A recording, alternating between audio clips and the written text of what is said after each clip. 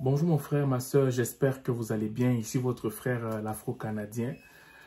Aujourd'hui, je viens encore avec une pensée pour qu'on puisse prendre conscience du fait que avec l'inflation, c'est très difficile de se projeter, peu importe le continent. Je parle de ça pourquoi? Parce qu'il y en a beaucoup qui vont refuser de regarder selon la tendance de l'inflation pour se remettre à jour par rapport aux objectifs à atteindre dans la vie.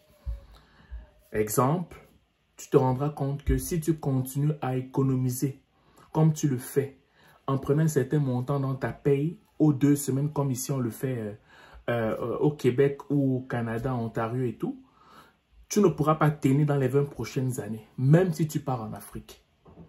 En gros, la retraite ne pourrait pas suffire pour une personne qui se dit qu'elle ne va que compter sur ça pour pouvoir subvenir à ses besoins quand elle va être dans la retraite, en fait. Ça ne peut plus suffire. Moi, quand je le dis, je me rends compte que dans ma communauté, c'est comme si on n'a pas encore allumé dans ce côté-là, dans la tête. On est toujours là, on dit oui, mais je travaille. Bon, on va voir quand ça va arriver. Ça, c'est un piège qui est terrible. C'est un piège.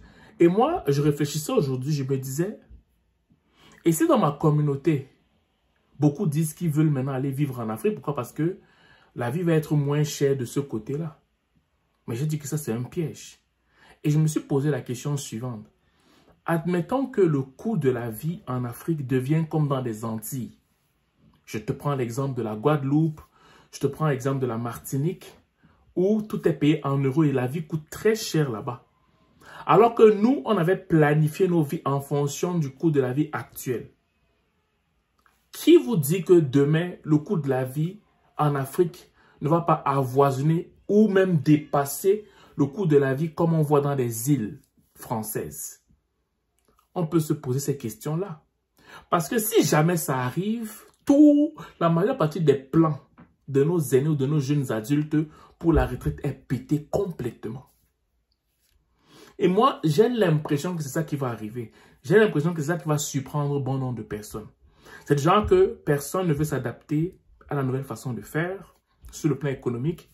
Personne ne veut se mettre à jour sur le plan de sa projection en matière d'économie, en matière de mettre de côté. Non, on veut vivre normalement, comme on faisait d'habitude, sans prendre en considération le fait qu'on ne vit plus comme avant. On ne vit plus comme avant. Je le dis, j'insiste, mais j'ai l'impression que ça n'entre pas. Raison pour laquelle, quand tu vas voir d'autres communautés, chacun d'entre eux sont en train de voir dans quelle mesure ils ou elles peuvent développer une seconde source de revenus ou repartir à l'école pour pouvoir perfectionner leurs connaissances. C'est ça. Donc, mon frère, ma soeur, soit où tu es là présentement, moi je te dirais que si tu n'as rien changé dans ta vie, présentement sur le plan professionnel, sur le plan économique, alors que le monde a complètement changé depuis 2019 là. C'est devenu un autre monde. Ça veut dire que tu es en retard, même si tu ne vois pas encore les conséquences maintenant. Donc moi, ce que je te dirais, c'est que où tu es là, soit tu te perfectionnes sur le plan professionnel en allant peut-être mettre à jour ta connaissance, chercher d'autres certificats, chercher, je sais pas moi, ce qu'il faut pour que tu sois excellent dans ton domaine, qui te permettrait ainsi d'avoir d'autres opportunités. Ou bien tu développes à part, hormis ton emploi, une seconde source de revenus. C'est l'un ou l'autre. Parce que si tu ne fais ni l'un ni l'autre et que tu continues ta vie normalement comme si le monde n'avait pas changé, tu vas beaucoup souffrir. Beaucoup. Et tu as à te rappeler que je pense que un aîné ici au Québec et au Canada, un aîné sur 3, ça ce sont mes analyses comme ça de façon générale, pas travailler après sa retraite. Parce que le montant qu'il reçoit ne suffit pas pour subvenir à ses besoins. Ça me rappelle les témoignages d'un aîné qui m'avait parlé, qui me racontait son histoire. L'aîné me disait que quand il travaillait, il avait un bon salaire et tout.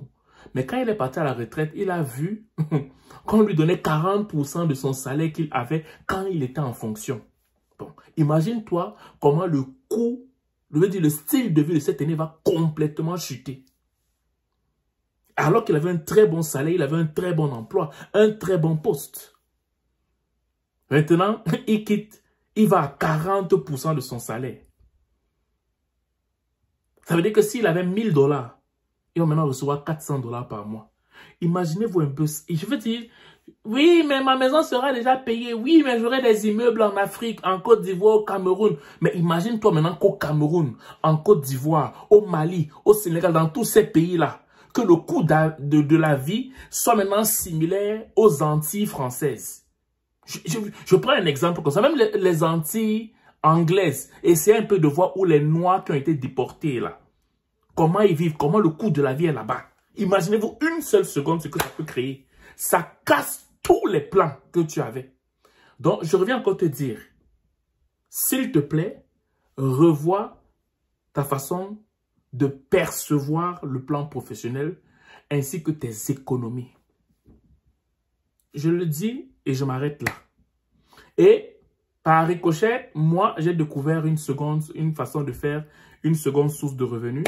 Si ça t'intéresse, moi, je viens juste de le découvrir. Je trouve que c'est intéressant. Mais il faudrait que tu aies quand même du tien pour développer à moyen et à long terme cette stratégie-là. Si ça t'intéresse, ben, tu peux juste t'enregistrer sur le lien que je vais mettre en bas.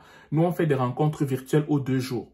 C'est important pour moi. Pourquoi? Parce que je vois beaucoup de communautés développer d'autres secondes sources de revenus ou se perfectionner dans leur domaine. En tout cas, moi, j'ai parlé. Maintenant, tu fais ce que tu veux. À bon entendeur. Salut!